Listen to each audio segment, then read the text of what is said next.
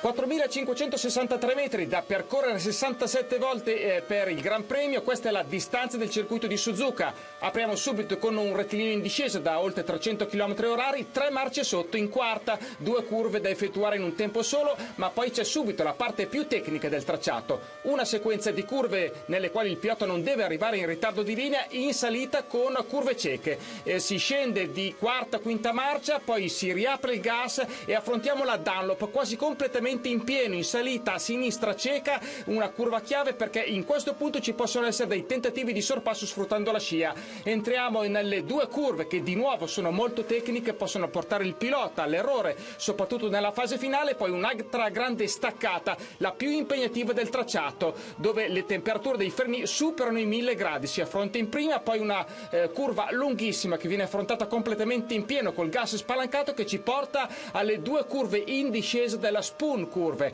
Anche in questo caso sono molto complicati da gestire, la vettura è leggera sull'anteriore proprio per effetto della discesa, quindi tanto sottosterzo, il pilota deve lavorare molto bene vicino ai cordoli per spalancare il gas su questo rettilineo. Si superano i 300 km/h e in questo caso avremo la curva 130R da affrontare completamente in pieno per presentarsi poi alla staccata dell'ultima chicane. Anche in questo caso si lavora con marce basse e poco carico aerodinamico, si riapre completamente il pedale dell'acceleratore e siamo di nuovo sul rettilineo di partenza.